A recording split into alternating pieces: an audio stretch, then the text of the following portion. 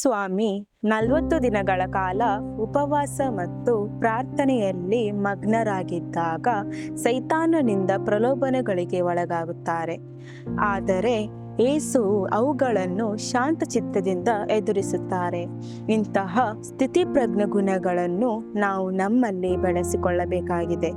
ಅದೇ ರೀತಿ ಆಧ್ಯಾತ್ಮಿಕ ಬೆಳವಣಿಗೆಯಲ್ಲಿ ಬದ್ಧತೆ, ಧರ್ಮ ಗ್ರಂಥಗಳ ಅಧ್ಯಯನ ಮಾಡುವುದು ಹಾಗೂ ದೇವರೊಂದಿಗೆ ಆಳವಾದ ಸಂಬಂಧವನ್ನು ಬೆಳೆಸಿಕೊಳ್ಳುವುದು ಅಗತ್ಯ.